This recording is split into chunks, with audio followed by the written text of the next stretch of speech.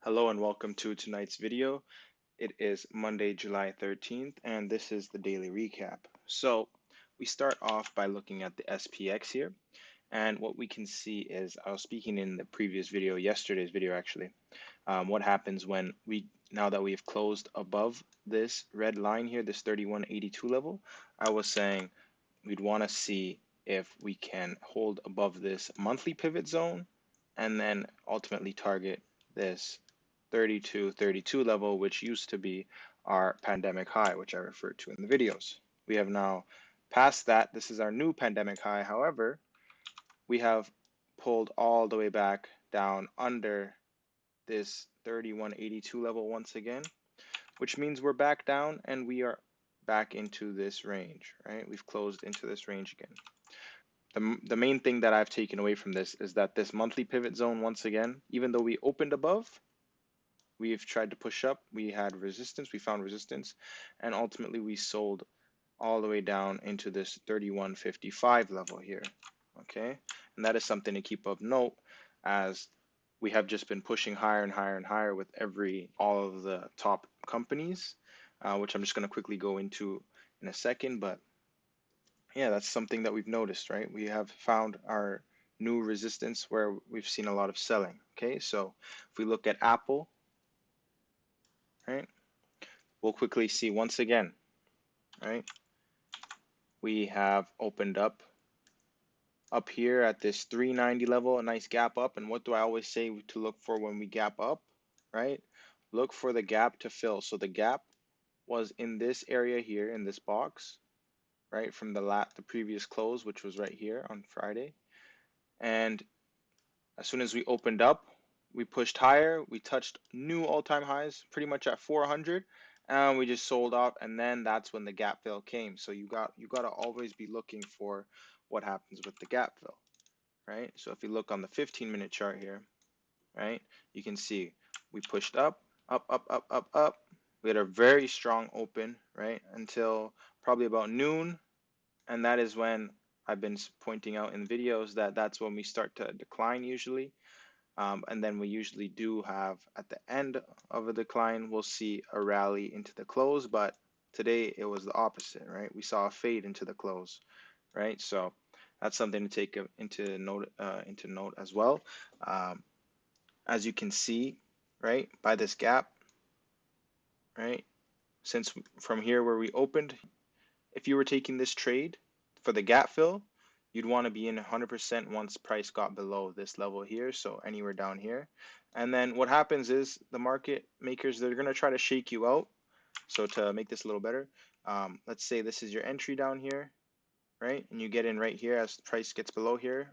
The market makers are going to try to shake you out, right? They're going to try to make you think that the Apple in this case is going to start ripping into the close, right?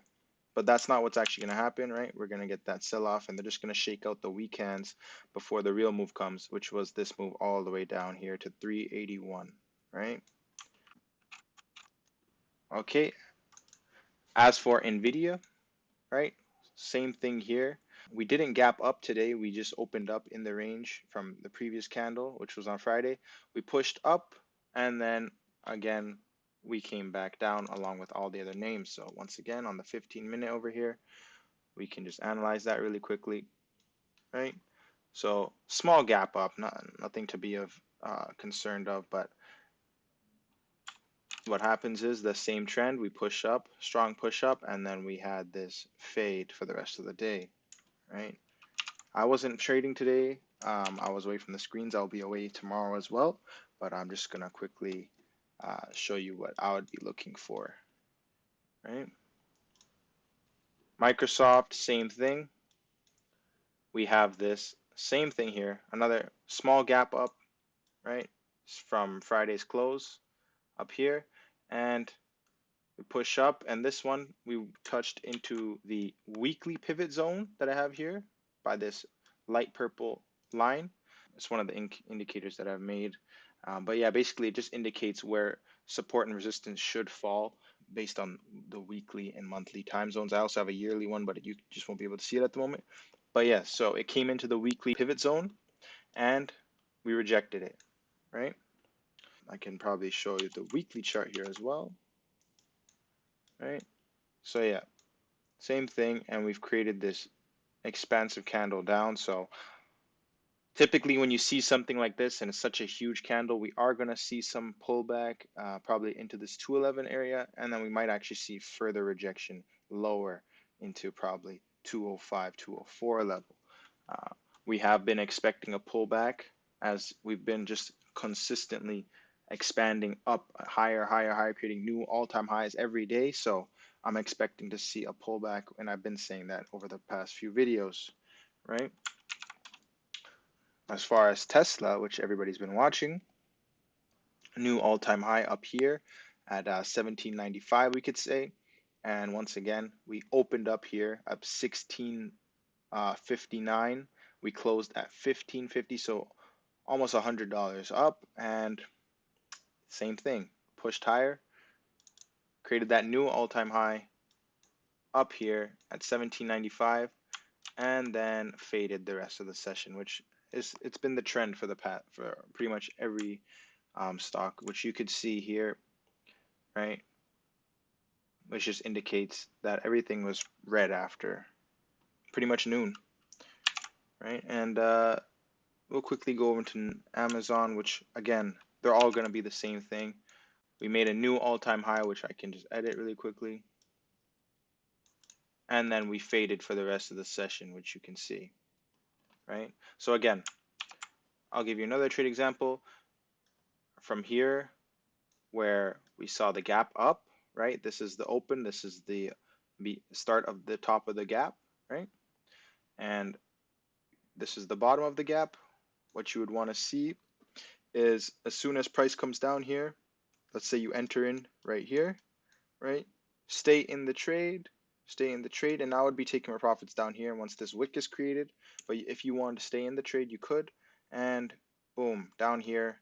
Or if you wanted to be greedy and hold on more, or not greedy but aggressive, you could have held on to all the way down here and then sold. Or if you kept holding, as you saw the rest of the market was selling off, you could have done that as well, and that's a very good entry.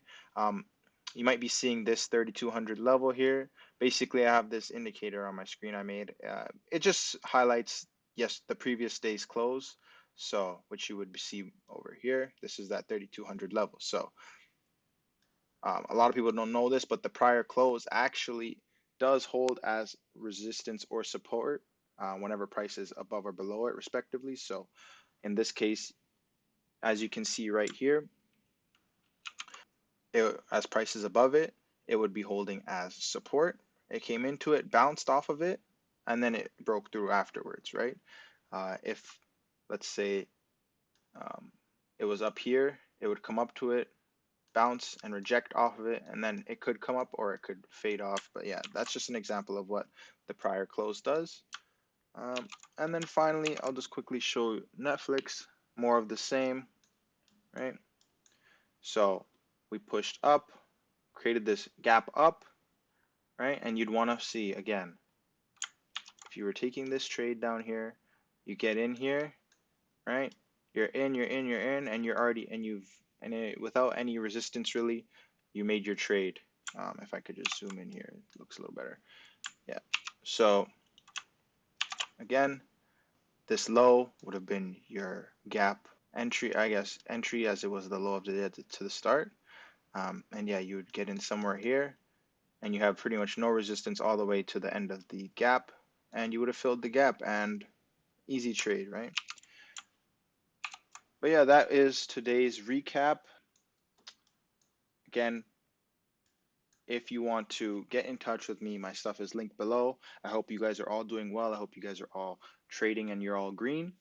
Other than that, I'll see you guys probably tomorrow for the next recap. Thank you, and like and subscribe if you can. Thanks for watching.